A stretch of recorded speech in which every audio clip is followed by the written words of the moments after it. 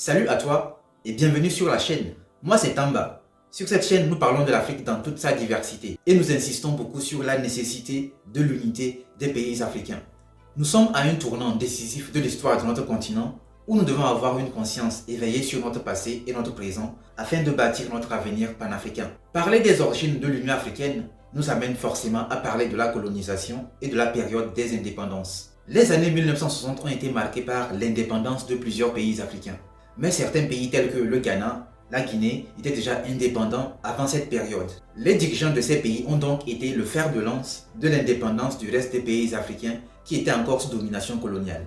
Fait marquant, le jour de l'indépendance du Ghana, soit le 6 mars 1957, Kwame Nkrumah déclara que l'indépendance du Ghana ne signifiait rien tant que le reste de l'Afrique était sous domination coloniale. Voilà un Africain qui pense à ses frères et sœurs. C'est ça un leader.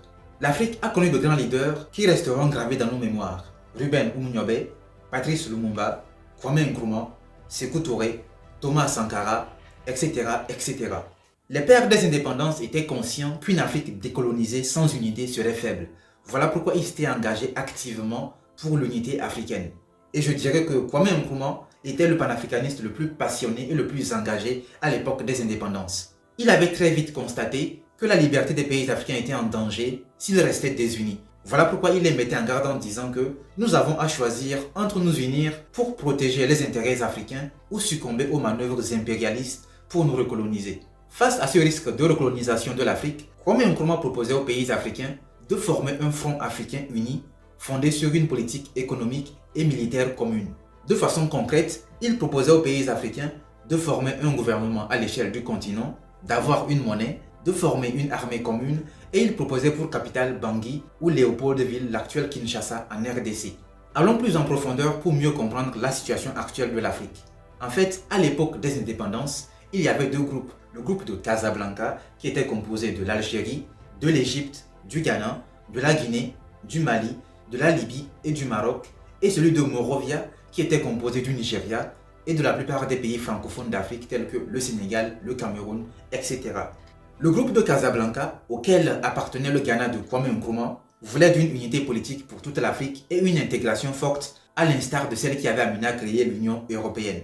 Mais le groupe de Monrovia était opposé car il voulait que ce soit graduel. Il ne voulait pas d'une fédération politique ni d'une intégration forte, en tout cas pas immédiatement. Finalement, ce sont les idées du groupe de Monrovia qui ont prévalu, ce qui a abouti à la création de l'OUA, l'Organisation de l'Unité africaine, en 1963, qui a finalement été remplacée par l'Union africaine en 2002. Et voilà où nous en sommes aujourd'hui. Il faut préciser que l'OUA a été créée dans un contexte de décolonisation où plusieurs pays africains n'étaient pas encore indépendants et l'apartheid battait son plein en Afrique du Sud.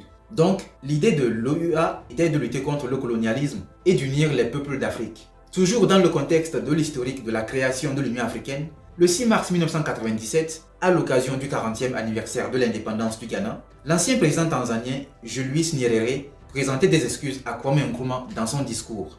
Il disait, je cite, « Je voudrais m'excuser auprès de Kwame Nkrumah parce que ceux d'entre nous qui croyaient au gradualisme avaient tort. Nkrumah avait raison. » Fin de citation. Pourquoi ces excuses de l'ancien président tanzanien? Souvenez-vous, à l'époque des indépendances, il y avait deux groupes. Le groupe de Casablanca auquel appartenait Kwame Nkrumah voulait d'une unité politique pour toute l'Afrique immédiatement. Mais le groupe de Monrovia était opposé car il voulait que ce soit graduel, c'est-à-dire progressif. Julius Nyerere s'était finalement rendu compte qu'ils auraient dû appliquer les idées du groupe de Casablanca qui voulait d'une unité politique pour toute l'Afrique. Je me demande ce que serait l'Afrique aujourd'hui si les dirigeants à l'époque avaient choisi d'appliquer les idées du groupe de Casablanca. Il faut connaître le passé pour comprendre le présent afin de préparer l'avenir. Je vous rappelle que l'un des objectifs de l'Union africaine est de réaliser une plus grande unité et solidarité entre les pays africains. Dites-moi si les pays africains sont unis. Dites-moi s'ils sont solidaires les uns des autres. Nous voulons tous des changements dans nos pays et sur le continent en général, mais nous n'agissons pas en conséquence. C'est maintenant ou jamais que la jeunesse africaine doit jouer un rôle actif pour amener des changements en Afrique, parce qu'aussi longtemps qu'elle ne s'impliquera pas, elle va toujours se plaindre sans réel changement. Les grands leaders africains que nous admirons tous n'ont pas attendu d'avoir 40 ans, 50 ans, 60 ans, 70 ans pour s'engager activement. Ils ont commencé en étant jeunes. Que faisons-nous aujourd'hui? Nous attendons un miracle de nos dirigeants. Or, nous pouvons mener notre continent vers son unité, tant souhaitée par les pères des indépendances. Aujourd'hui, l'Union africaine nous parle de l'agenda 2063 qui vise à transformer l'Afrique en une puissance mondiale de l'avenir. Pourquoi attendre 2063 si nous pouvons le faire aujourd'hui en nous unissant? Est-ce que la jeunesse africaine va rester passive et spectatrice pour attendre la réalisation de l'agenda 2063 ou elle va se mobiliser maintenant pour l'unité des pays africains? Addis Abeba, 24 mai 1963, fondation de l'Organisation de l'Unité africaine. Kwame Nkrumah disait dans son discours, « Il n'y a pas de temps à perdre, nous devons nous unir maintenant ou périr ». 1963-2063, ça fera un siècle. Faut-il attendre un siècle pour nous unir? L'unité des pays africains est une question de volonté. Julius Nyerere disait en 1997 que « Ma génération a conduit l'Afrique vers la liberté politique.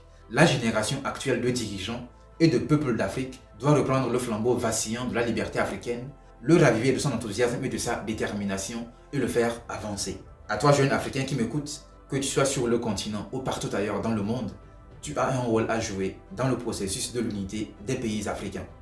J'espère que ce message nous aura tous interpellés. Nul n'a le monopole de la connaissance. C'est la lecture des écrits des pères des indépendances qui irrigue ma pensée. Que pensez-vous de la situation actuelle de l'Afrique? Pensez-vous que l'Union africaine joue vraiment son rôle? Dites-nous ce que vous en pensez dans la barre des commentaires. Si la vidéo vous a plu, n'hésitez pas à laisser un pouce bleu et à vous abonner à la chaîne. N'oubliez pas notre leitmotiv, les pays africains doivent s'unir. Afrique, mon Afrique. À la prochaine.